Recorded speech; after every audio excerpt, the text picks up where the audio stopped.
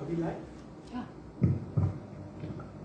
Hello, good afternoon, and welcome to PV's live forum. We hold this once a month at the last Sunday of every month at 3 p.m. And I'm Prabhu, and you can see I'm wearing the new PV uniform, new colors, very refreshed. And joining me is Mr. Sivakumar Chalapa, who you know, and I think someone else is coming. The doorbell is ringing. Anyway, let's start. Today we were talking about jobs for Singaporeans and the statistics with regards to jobs, employment, wages, unemployment, underemployment, and let's see, just in time, joining us is Mr. Leong Zi Hian. He just will be walking in shortly, and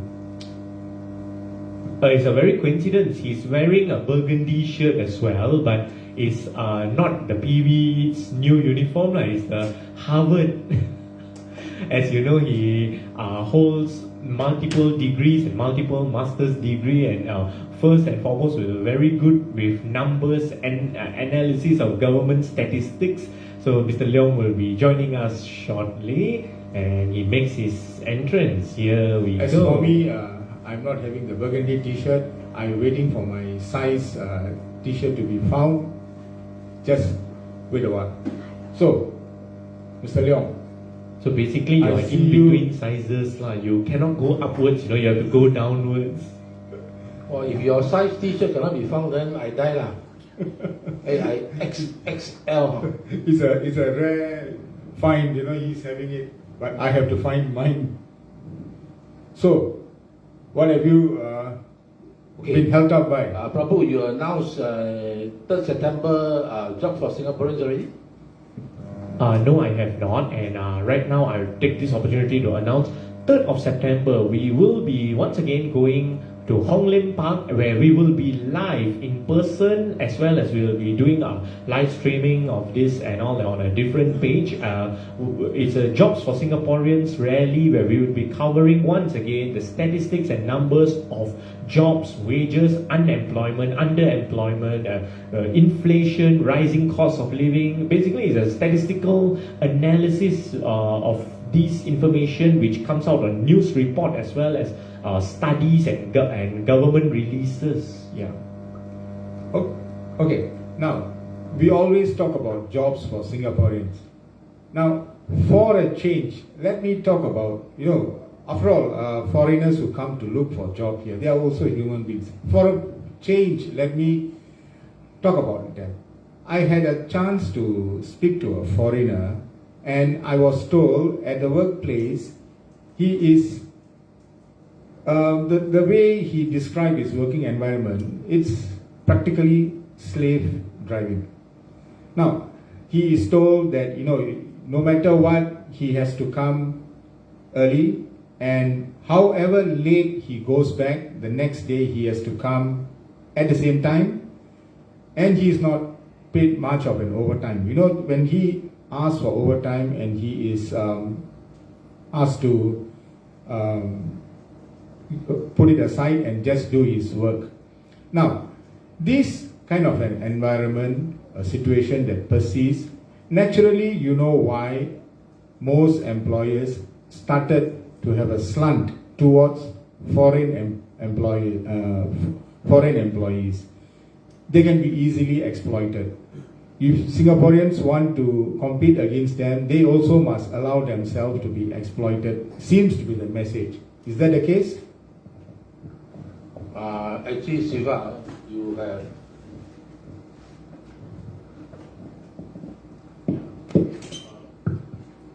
Siva, you have just, I think, pointed out the most important reason, arguably, why employers prefer foreigners. But before that, since this is already the 4th PV Open Forum, let the numbers do the talking. I want to thank the person to allow us to use these premises every Sunday afternoon. In fact, my friend, I can mention your name or not, my friend? Can. Raymond, okay? Raymond, hi. Unfortunately, the videographer, not professional one, so cannot turn 180 degrees to show Raymond's face. Actually, on the subject of jobs for Singaporean, I understand that Raymond, every week, a lot of people come here, you help them to make a living, right? Yes, okay. A few lah. It's very modest lah. It's a few, to us it's a lot lah. Okay, I mentioned earlier that Siva has probably pointed out the most important reason why employers may prefer to hire a foreigner instead of a Singaporean. And that is the problem of turnover. Because as Siva has described, the person is here on a 2-year contract. So no matter what you do to the person, ask him work without overtime, torture him, whatever, he's got no choice. Right? So, whereas if you employ a Singaporean, if you breach any of the rules or regulations, you complain to TAFAP or complain to MOM or go and put it on his social media. Okay, Prabhu, any thoughts on this? Why Singaporeans so difficult to get jobs? Okay, once again, it has got to do with the cost of living, and a foreigner, let's say he's not a PR, does not buy a HDB flat, or he rents out. So even though rental is kind of expensive, there is no initial outlay of capital, and the monthly mortgages, it's not part of the expenditure. So he still have some money to spend, send back to the back home, wherever he's from, back to the family, and he's able to live here on like the bare necessities. But that being said, I'd like to discuss one particular case where the court has already thrown out the application of the bus driver, the SBS bus drivers, with regards to the overtime issue, and Lim Tian, who represented the SBS bus drivers. While the court threw out this case, strangely, around the same day, it's just a matter of very bad coincidence. There was a case of there was another issue of in Yishun, a bus driver that actually crashed the bus. He fell asleep on the wheel. So it's not just of a particular job or safety or security like bus drivers and stuff, but it's like people are overworked, people are tired, and that causes workplace safety to go down, and more workplace accidents will happen. In fact, a few months ago, the Prime Minister mentioned that there is about 20 workplace accidents, hazards, and workplace deaths. But since he mentioned 4 months passed by, the numbers went up to 34. Last I checked somewhere last week, 34 workplace serious accidents and fatalities in this year. So yeah, that is my point. So Siva, Prabhu, he says overworked, underpaid, then die also. Your thoughts on this? So that is essentially the point about exploitation. You work and work beyond what a normal human being is capable of, but you're supposed to take less than what a normal human being needs. So something very obviously doesn't match here. So at this juncture, let us put it very clear that we, our party as a heart, we do not only talk about Singaporeans, we also talk about our foreign friends in our midst. So in the process of speaking for the foreigners, we speak for all human beings that we come into contact with. We should not exploit another person. So when there is an endless supply of human beings, the rest of the world, for our local employers to exploit, do you think they will turn to Singaporeans to provide them with a minimum? Don't need to give them a high paying job. A minimal job is even hard to come by. So where is the solution to all this? Now we have been talking over and over again for the past few months, in fact past few years, and very likely going into the future we would be talking about jobs. Where do we get a handle on these issues and start solving problems? Come, Singaporeans, come. We need your opinion. Where do we start? Okay, Prabhu, here's a statistical question, test question for you. Which type of foreign worker has the lowest pay in Singapore? Which type of foreign worker? Obviously, is the work permit holders. Okay, this could be a trick question. Of course, definitely not the EP pass. That's the highest, followed by the S pass. That's the next highest. EP pass. But I have a feeling this could be the foreigners who have become PR already. There's no minimum wage. He can work for whatever they want and work for however short they want. Yeah, that would be my answer. Foreigner that's already become PR. Well, you like minister in parliament, be around the bush, but actually you don't know the answer lah. Okay, the answer is the lowest paid foreign workers in Singapore are the construction foreign workers. In fact, if you read the news recently, their pay per day, and listen to this, has just been increased from $18 a day to $23 a day. Now, $23 a day, and before that $18 a day is extremely low, right? Okay, Prabhu, this one you sure pass one. For the 3rd September protest, Jobs for Singaporeans at Hong Lim Park, 4 to 7 p.m., I saw you made like 10 over posters. Can you just give us one shocking job statistics from one of your posters?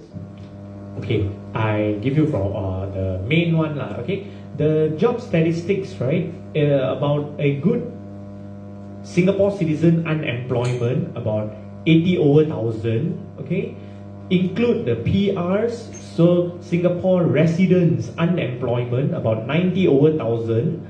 And that is not the worst. You combine that with those who are employed. That means, of course, 90 over 1,000 people got no income, they are unemployed. But the people who are employed, 4 in 10 is not keeping up with inflation and rising costs of living and rising costs of expenses. This is very, very shocking. That means, imagine the fellows who are unemployed are the worst off, but those who are employed, 4 in 10 is not keeping up. So you add that up together with the unemployed, is very, very scary of how are we headed into times of modern slavery or economical or financial type of slavery type of situation. Okay, now we know from history, slavery has been there for a long time.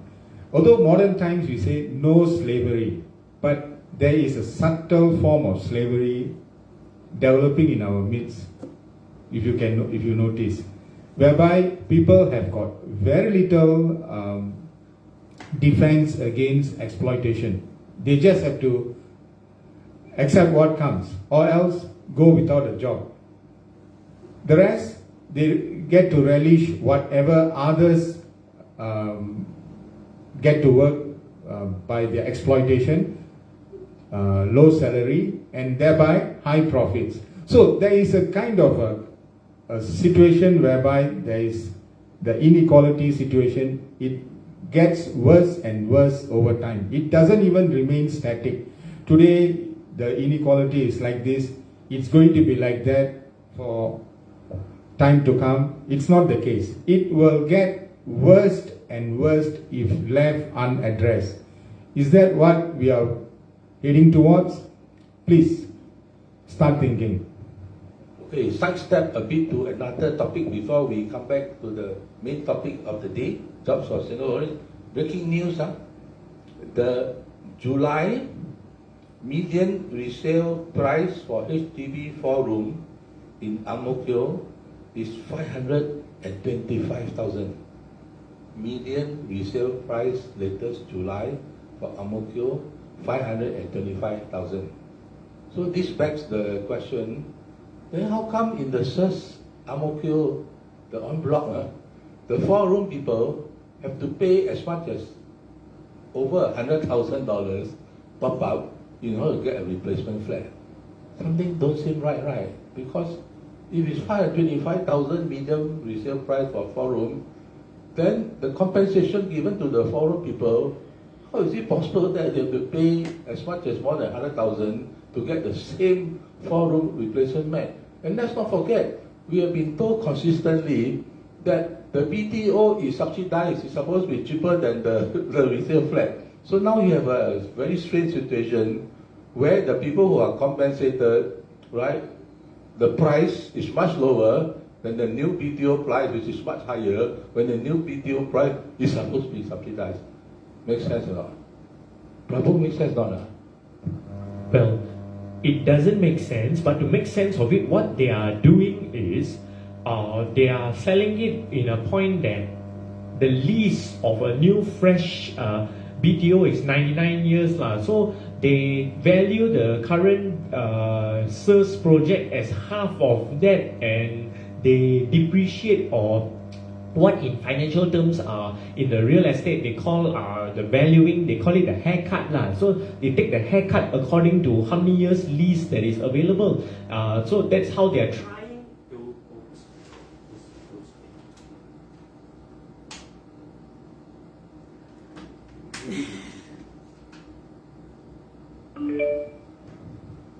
Hello, yeah, sorry. Our set sometimes goes off, so now it is back. So they are trying to make sense of it via means of a haircut in valuation of the value price. Yeah, that's how they are trying to make sense of it. But going by fundamentals of HDB being public housing, and a new flat is meant to be at a lower price than the resale market, which is where PRs are able to buy, new flat PR not able to buy.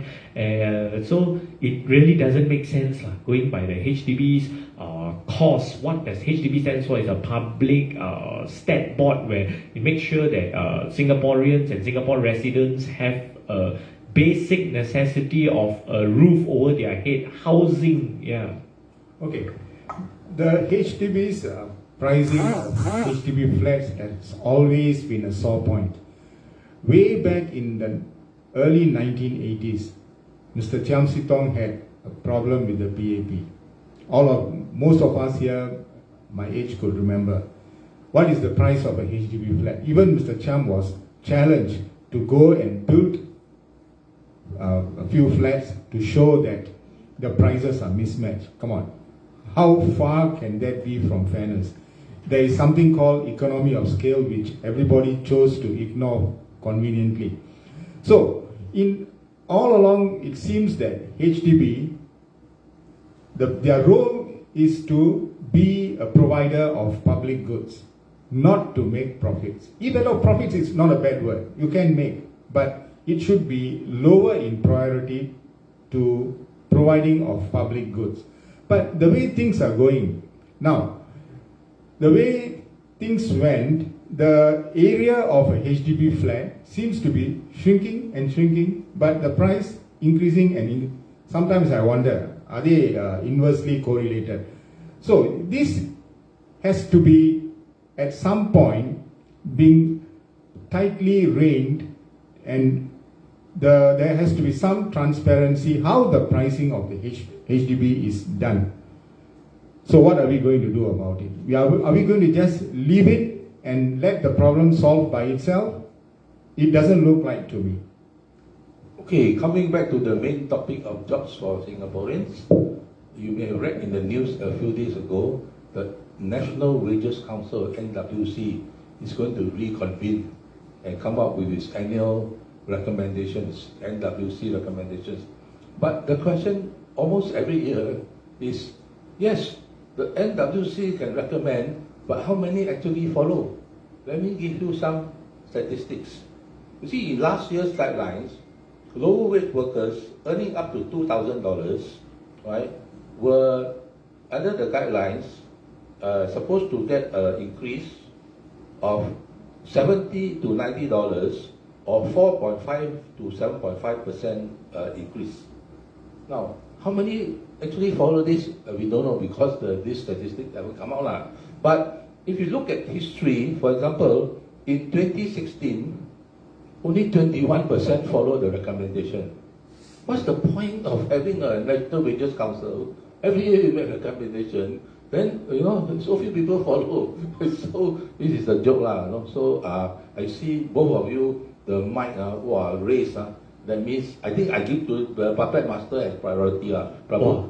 Son, every time there's Salvo, So I'm not the puppet master. Oh gosh. So okay, you see, this is the funny part about having a wages council, having so-called experts or university professors on a panel and coming up with recommended wages is theoretically or academically that is one thing. But despite having that, if you have a flow of cheaper labor or cheaper supply of labor that is coming in, let's say via the causeway, okay, going by the Malaysian government statistics, there are a good 900,000 Malaysians living here, and going by our statistics, pre-COVID statistics, 4 to 500,000 Malaysians are every day crossing back and forth the causeway. So let's keep it very, very conservative in their estimates. Let's say 400,000 Malaysians are traveling back and forth, which means they do not spend on real estate or accommodation. They do not rent rooms. They do not rent flats here. They just come in to work. So with them being able to take a lower salary or lower wage because they are every day traveling back and forth. So despite having this council or recommendation, the reality is different. Employers are going to go with the cheapest form of labor available to them in a willing buyer, willing seller type of, let's say I'm an employer, okay, really, I'm an employer. You see, let's say Mr. Leong is a Singaporean, Mr. Siva is a Malaysian, let's say okay, and you are traveling back and forth. Your salary would include whatever you have to spend, such as like your your food, your housing and stuff. His doesn't include housing, the expenditure in Singapore, and he can go at a fraction of what your recommendation. Of course, as an employer, going to go with him because employer's books is he wants to maximize profits. So, despite having experts panel and all that, the reality of the situation is whenever there is cheaper source of labor, the employer is going to go with. And speaking of that, the biggest employer is the government, of course. And how are they going about it? There's Cisco and Atos and the auxiliary police, right? So the government does not directly hire them. The government outsources it to Cisco or Atos, and Cisco or Atos go about they're hiring the auxiliary police officers and security guards, Malaysians. Okay, in this juncture, let's not begrudge there are also Malaysians coming over to work in Singapore to earn a living. Let them be. But Singapore should remain as a country for Singaporeans. The economy of Singapore belongs to Singaporeans. Singaporeans means, not like was told Singapore belongs to everybody. No, Singapore belongs to the citizens of Singapore. Like every country belongs to the citizens. So, Singapore as belonging to the citizens should not lose sight of the Singaporeans' basic economic survival. Okay, they should not cast aside. It should always be centered towards the interests of the citizens. So, the way things are going, it seems that Singapore as a country is functioning for certain other groups of nationalities, while Singaporeans are being left to, in some instances, I would say, languish, quite sadly. So, are these situations not considered as something to be addressed as urgently as possible? I understand now. Since Babu mentioned bus drivers and Malaysians, I understand that the Malaysian bus drivers, the Chinese bus drivers, and the local bus drivers, the pay and remuneration is different, you know. How come like that? But never mind. Let me go back to what Prabhu started us off today, which is the shocking number that as of June, there are 80,000 unemployed Singaporeans. Now, if you read the news, you watch the news on TV, you will never know that there are so many unemployed Singaporeans in June, right? So if you don't watch this PB fourth open forum, let the numbers do the talking, you wouldn't know, right? So maybe a bit explanation. How come what you read the media is sometimes different from what you hear from us? You see, the 80,000 unemployed Singaporeans is the unemployed Singaporeans in June using the non-seasonally adjusted number. Now, the Ministry of Manpower, MOM, publishes two statistics every quarter on the unemployed. The seasonally adjusted and the non-seasonally adjusted. So what you are reading the news, right, as a June one, is the seasonally adjusted, which doesn't look so bad lah. But arguably, in a pandemic, in times of very high inflation, the non-seasonally adjusted number is, in a sense, arguably perhaps even more important, because there is the actual number of people who are unemployed June this year, non-seasonally adjusted. Okay, now let me give you another very interesting statistic. Now, you always hear the rhetoric every year, we need foreign talent, right? Okay, well, Prabhu shake his head, and I think Siva want to cry already. Okay, right. No, so the question is, what kind of foreign talents have we been attracting? Are they really foreign talents who have skills that Singaporeans don't have, who are in jobs that Singaporeans don't want to do? Well, here are some numbers to give you some food for thought. There are 46,800 work permit PMETs. Now, you know, work permit has no minimum salary. Right? As I mentioned earlier, the lowest one, the construction worker only get just increased from $18 to $23 a day. However, you can have a guess how much a work permit PMET may be getting, because the minimum salary for S-Pass is 2,500. In other words, the work permit normally should be less than 2,500, right? And let's not forget, when the S-Pass started in 2004, we started at $1,800, then gradually increased to $2,500 now. So a lot of the work permit may be getting less than 2,500, somewhere between 1,800 or even less than 1,800, right? Or even less, right? A few $100s.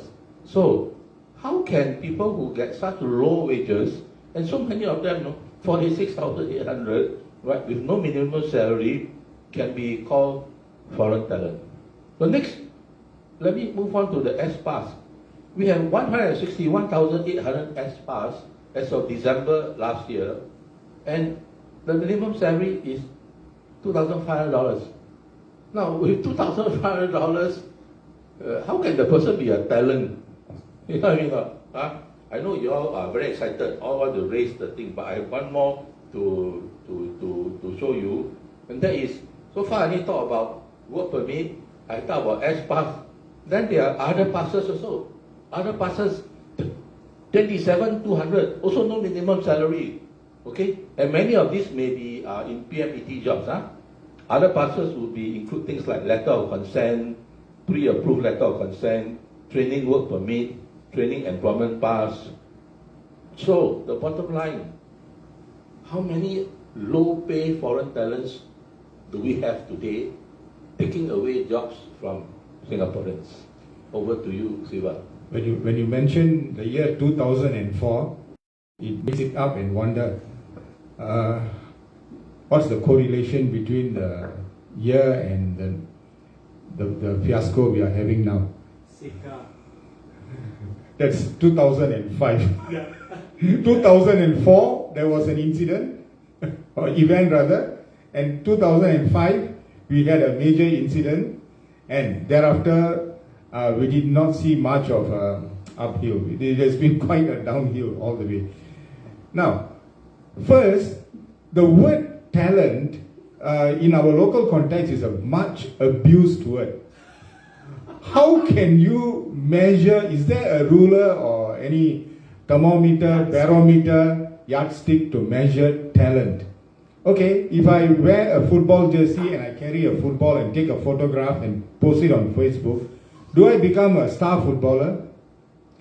Now, you know, when you talk about international individuals, all they can do is, I can do that, I can do this, I can do this. Okay, good, stand chop, you're a talent. Now, how can this definition of a talent, leave alone top talent, be the judging criteria for employing someone? There must be something much more. Is it education? Okay, fair enough. Education is something that is objective. But we have seen many Singaporeans educated and yet languishing. Okay? In this regard, I would like to go back in history a bit to 1994, when the Goh Chok Tong government announced that future of the Singapore economy is in IT and financial services. You know, in 1994, it's going to be the future. I mean, whatever means, whether you by your own projection or by reading the global economic situation, that never mind. But what you know it. But what are we having now?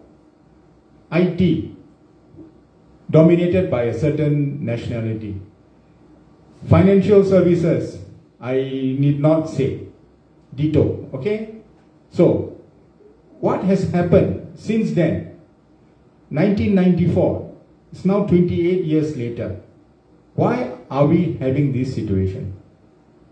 Siva, you talk about football. I remember when one minister was the president of the Football Association of Singapore, he said, we will be the World Cup, by 2010. As it turned out, of course, don't say cup, the saucer also don't. But actually, if you look at everything that we have talked about, okay, the bottom line is only one word, it's the pay, right? I read somewhere that a professional footballer in Singapore was offered a starting pay of like $1,300. So I mean, it's all about the money, the pay. Okay, Yamabu, you want to say? Yeah? I saw a meme which was just posted today with regards to a top footballer. They saw like Cristiano Ronaldo driving a Ferrari and other footballers like Frank Lampard driving their luxury cars and all. And there was a meme of our local footballer Noor Alam Shah was driving Grab, Yeah. So as he drive Grab, maybe the poor footballer earns so little, you got no money to take MRT or bus or to walk, No, as in he doesn't take Grab. He's a Grab driver, despite being a professional footballer. So apparently, our local sportsmen have to resort to some other financially paying feasible careers. And with regards to this term talent that Siva brought up, the Prime Minister seems to be out of touch and out of reality. Since the National Day rally, he kept on going on and on about attracting global talents, attracting top talents. But he was very careful of not using the word foreign talents. He was like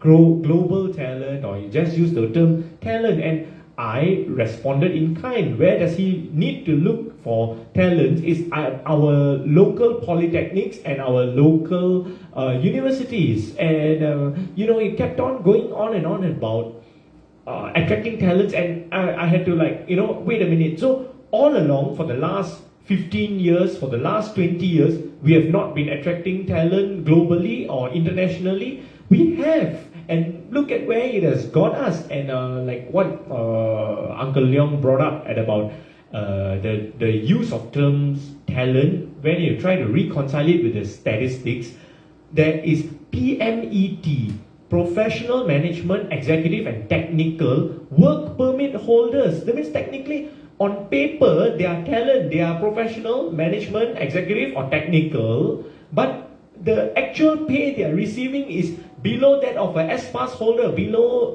that of 2,500 or even 2,000 or even 1,800. They are work permit holders. So technically they are cheap labor, but on paper they are PMET, they are professional management, executive and technical job holders, but they do not get the pay of in actual fact their pay is lower than could be lower than 2,500, and we do not know how low it could get. Yeah. Oh, Prabhu, I'll give you an example of how low you can get. Pre-COVID, I was in Yangon, no, Myanmar.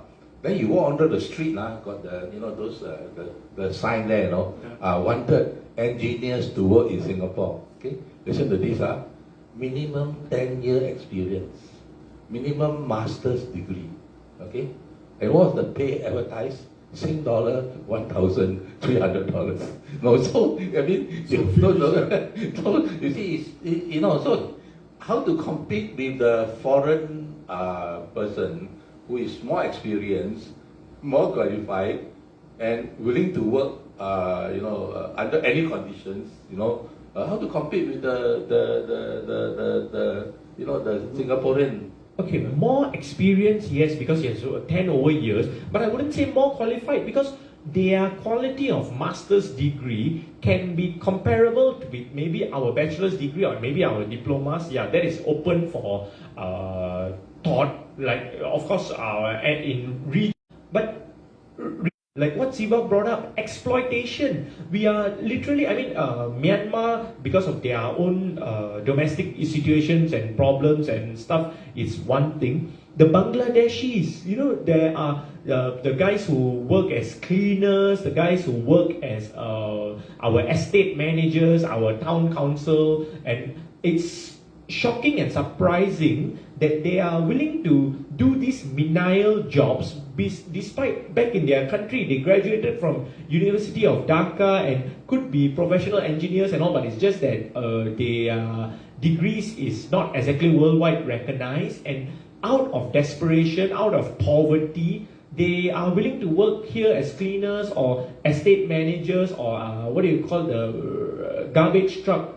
So, like what Siva brought up, it's a matter of exploitation, and we should not be opening up our borders just because the rich, the wealthy, benefits from this by having a higher top line, by cutting costs, and our people would be squeezed. Our people would be like the middle class and the lower middle class will be squeezed because, the government is telling GST is going to go up. We all have to pay GST, but our wages, questionable, because we are still being squeezed, we are still being competed with by lower earning or cheaper available labor. The supply of labor is what I always brought up. Prabhu, this one I don't agree with you, that our degrees here is more recognized than the foreign one. Okay, because no, because you see, you are an employer, right? You employ a fresh graduate from the public university. The medium starting pay, I think, is 3,600 plus. Okay, or you employ a fresh graduate from one of the foreign universities in the private education system in Singapore. The starting pay, I think, 2,600 plus. Okay, fresh from the university, no experience, nothing. Like I cited my earlier example, let's say engineer. If I get engineer from Myanmar, more than 10 years experience, master's degree, right, 1,003, why should I pay 3,006 for a local fresh graduate? Don't make sense to me, right? Correct? Yeah. Okay, so Siva, before you say, I want to ask you this question. Recently, there was a lot of big news, UK trying to attract top talent from 50 universities around the world, and 2 of our universities is inside. So, any comment on this? Yeah, it's indeed heartening to know that they have got, they hold our academics in high value. But I'm very sure, despite them opening doors to foreign university, including our 2 local universities, they are not going to abandon the interests of their own locals. There would be safety mechanisms that does not allow their own graduates to be sidelined. I'm sure there would be safeguards. It is perhaps only the headline numbers that we are saying that 50 universities, but there would be, if you go into details, I believe there would be there would be safeguards. But our local situation, it seems sometimes to me, do Singaporeans still own their economy? Sometimes I'm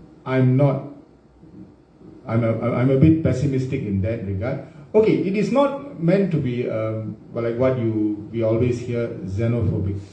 Okay, this is a very easy word to use on Singaporeans. But like I mentioned earlier, I started off with saying what is in the fair interest of foreign workers too. Now, basically, everyone needs a basic job, okay, commensurate with his qualification. Okay, of course, you cannot give something that is far off from what he is, his skill level or core skills, and say you go and do this job. There has to be some it has to be in line with what he is capable of. I think in that regard, many Singaporean employees or other Singapore citizens have a sense of being let down. This has to be addressed. These are written very frequently. Many Singaporeans are underemployed. Please look into it. I have even mentioned Dr. Tan See Leng in person to address this issue. I've yet to hear one word from them. They even seem to ignore the term underemployment. Please, for a start, accept that there is something called underemployment in Singapore. Siva, this safeguard thing, you know the difference between UK and Singapore? In UK, you must be a graduate of, let's say, the 2 public universities in Singapore, the 50 in the world, in the last 5 years, then can go UK look for a job. But the difference is in Singapore, anybody can come as a tourist, look for a job, then when they find it, then they can stay and, So, I remember pre-COVID, I was speaking at some big career seminar, the 100,000 people attend every year. So in my session, when I asked, there were like 200 people there. How many of you are here as a foreigner looking for a job? We're like 70, 80%. I think we're the only developed country in the world where anybody can come as a tourist, look for a job, then find one and stay. Now can you imagine, right? Anecdotally, if a person come here as a tourist look for a job, okay, and let's say it's on a 1-month visa, by the 4th week he still haven't have a job, whatever pay that anybody offer him, he will take it, right? Babu. So once again, this is a very systemic issue with regards to the policy of allowing tourists to come here to look for a job. I mean, okay, as Singapore citizens, we got the strongest passport in the world, okay? We can go to whichever country which we want without visa, but let's say we went to the US or UK on a social visit or a tourist visa, and we tried to apply for jobs there, it would be frowned upon or looked at like quite funnily. We have to apply for the job, get confirmation, and then we are able to enter. But why is that the case with us? Is only one thing, uniquely Singapore. They want to do things differently at the expenses of our own citizens. So earlier Siva mentioned about the term of like xenophobia. I would like to add to xenophobia. I mean, between 3 of us, we all have been accused at some point or the other in the last 10 to 12 years. The 2 of you have been accused, not me, okay? I'm not racist. No, you're not being accused of racism, but the way I have seen people that mention on comments that you are presenting statistics. I mean, statistics is data, it is information, it is numbers, and it's undisputable. It is what it is, okay? But yet, there have been people who have been mentioned that Leong Zi Hian has been presenting numbers in a xenophobic manner. I find that ridiculous. Just the notion of that, even the statistics or the numbers or data figures of can be termed as xenophobia or racism, which is downright ridiculous. And let's say it's just that people nowadays, they do not have a fair argument with you to come out to explain why the numbers is what it is. Why is it that bad where 4 in 10 who are working, who are employed, are unable to keep up with costs, rising costs, inflation and expenses, and suddenly you see accusations of racism and xenophobia come about as it has become like a natural blanket defense. Yes. Yeah, Prabhu, IB comments I don't read one. Don't waste time, right? Okay, wait now. We only have 14 minutes to go. We're going to take a slight pause here, and as usual, do our audience participation. Okay, Prabhu, you can see anybody ask any questions, even say xenophobic, also read out. Okay, now to our esteemed audience here, anyone would like to ask a question? Witness, question from you? Okay, the common thing that generally people will say when Singaporeans haven't found a job is that they are being too fussy. But we all know that it's not about being fussy. It's because they are being underemployed for their skill set. So maybe you can talk a bit about that. Okay, I'll give you the number. 757,000 full-time employed residents. The take-home pay is typically like less than $2,400 or unemployed. Take-home pay means after deducting your employee CPF contribution, 3 or 20%. So because like you say, the pay is so low. Like, it's not that they don't want to work. Either way they die, They work, the pay is so little, then how to survive? Okay? Siva? Yeah. Okay. With regard to these Singaporeans not meeting job expectation, I even have a few Singaporeans as well as foreigners sharing with me. These Singaporeans at the workplace are very difficult employees. They are choosy. They are not on time. They always like to have their own convenience. The way the words they use sometimes seem to me like as if many of them are singing from the same songbook. The lyrics are the same. I wonder why. How is it that you get to know so well about the Singaporeans' working standards, attitudes, working ethos?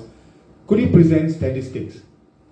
That's when they back up. Oh no, I don't know. You can see what everywhere is written. What you can go to the internet and see it. Okay, that means what you're saying is actually what you read elsewhere. Hearsay, right? That's when they will start modeling the argument. Singaporeans are like that. They've got very wrong attitude at work. Now, I have actually warned them. Please do not engage in such statements unless you're able to present statistics. Not good as Uncle Leong, never mind, but at least some statistics to back up your assertions. Many of them refuse, they back off.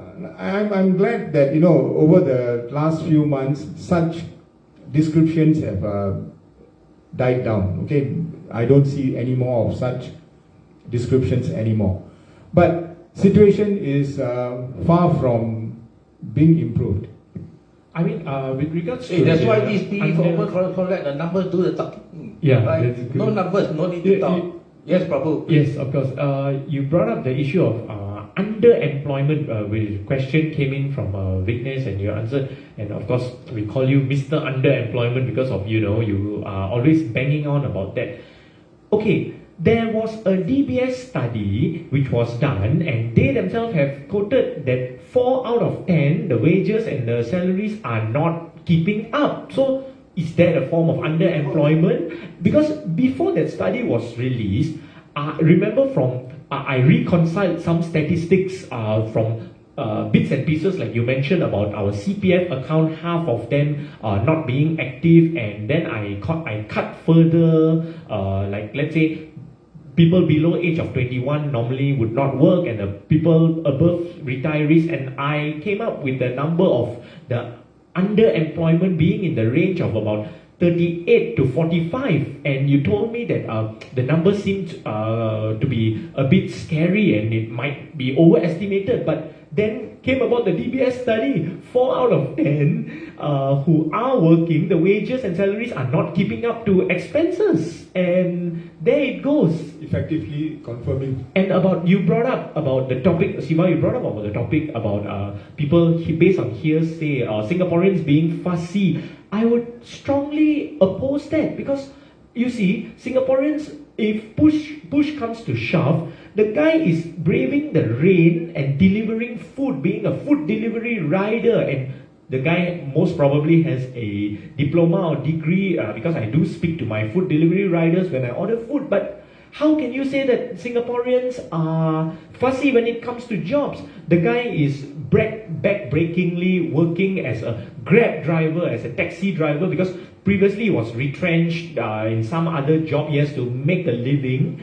And how can you say Singaporeans are fussy? If push comes to shove, the Singaporean is willing to work as a Grab driver, a taxi driver, a food delivery motorcycle driver, even ride bicycle as well, just to earn a living. So anecdotally, we can argue on both sides, but however, the reality is Singaporeans are not fussy. If they lost their jobs or they need a job, they are willing to take resort to the gig economy as well. So how can you say Singaporeans are fussy when it comes to jobs? Okay, Prabhu, audience participation. Today, see whether got any question or no IBs attack you today, man. Okay, wait, now before you read out the question, I'm going to tell you the latest breaking news. 3 days ago only.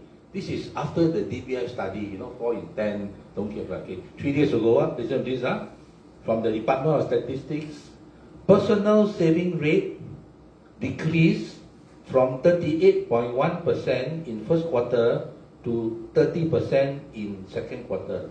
8.1% drop in 1 quarter. So what is personal saving rate? It is the personal disposable income less private consumption expenditure. What does this mean?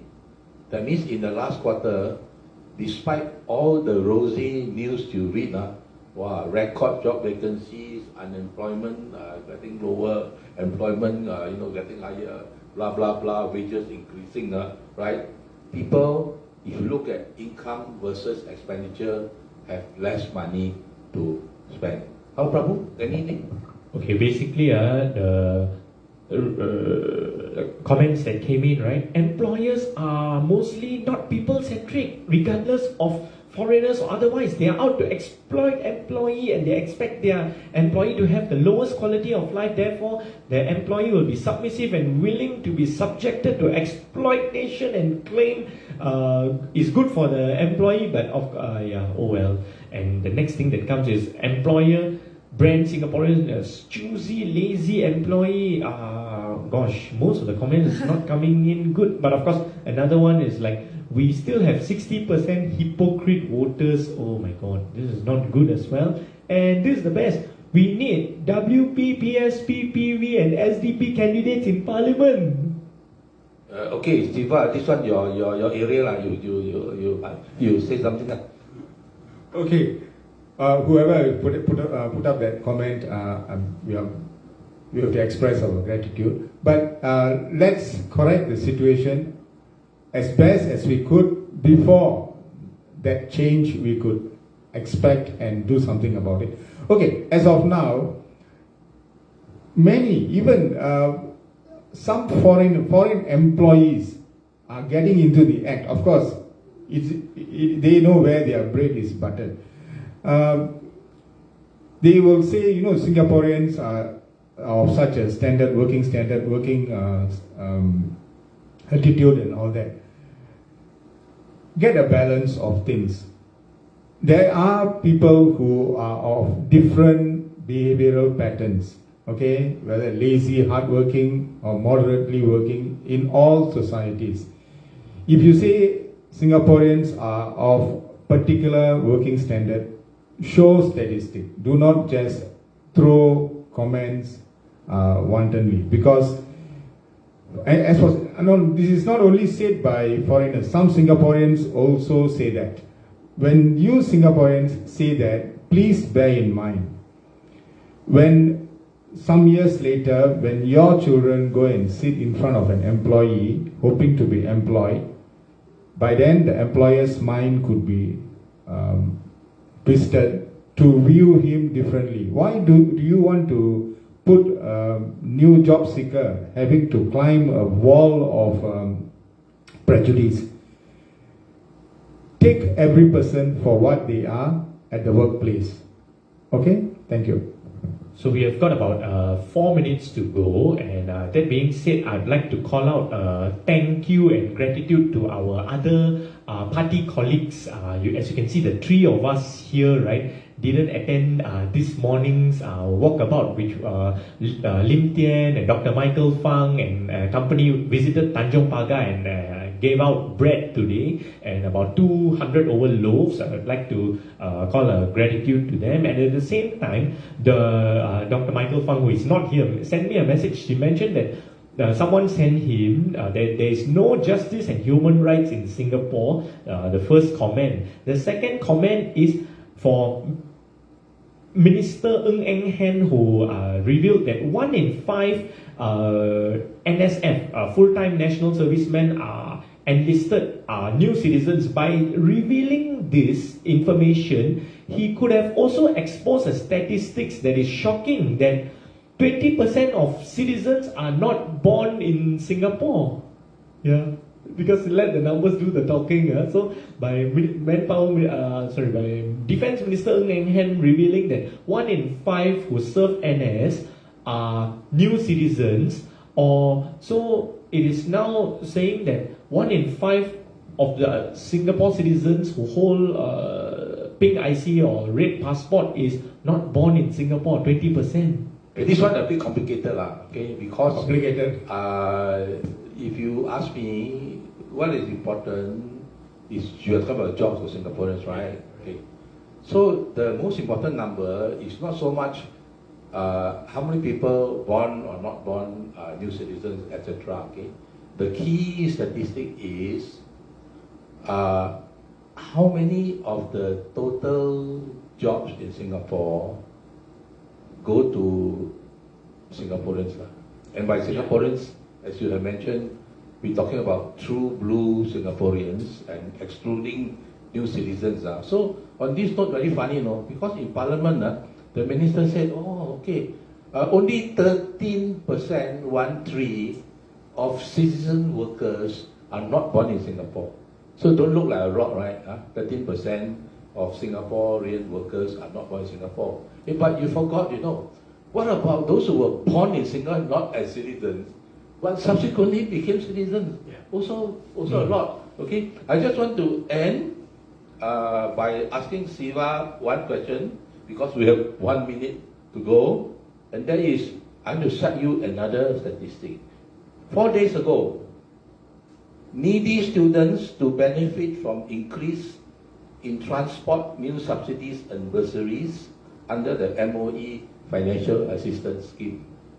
Now, listen to this. In 2005, the MOE Financial Assistance Scheme helped 15,000 students. 2006 increased to 35,000. 2013 increased to 65,000. 2017 or 2018 increased to 90,000. Now 2022. Hey, how come so many students need MOE financial assistance? Exactly. What's becoming of Singapore? So we're going to have the final say, because the time is up, and after Siva finish what he wants to say, then is thank you again, bye-bye. Okay. Now, exactly. If your policy making has been correct, okay, suited for Singaporean demographics, why should there be such a drastic increase in students getting students getting grants or or assistance from MOE. Should that not be decreasing? I think there are a lot of things that needs to be tweaked in favor of family finances. So let's hope things get better as we go along. Okay, thank you everyone Thank you. for Bye-bye. attending the 4th PV Open Forum. Let the numbers do the talking. As usual, it's the last Sunday of every month, 3 to 4 p.m. broadcast live on PV Facebook. Thank you and have a good Sunday, the rest of Sunday. Bye-bye. Bye.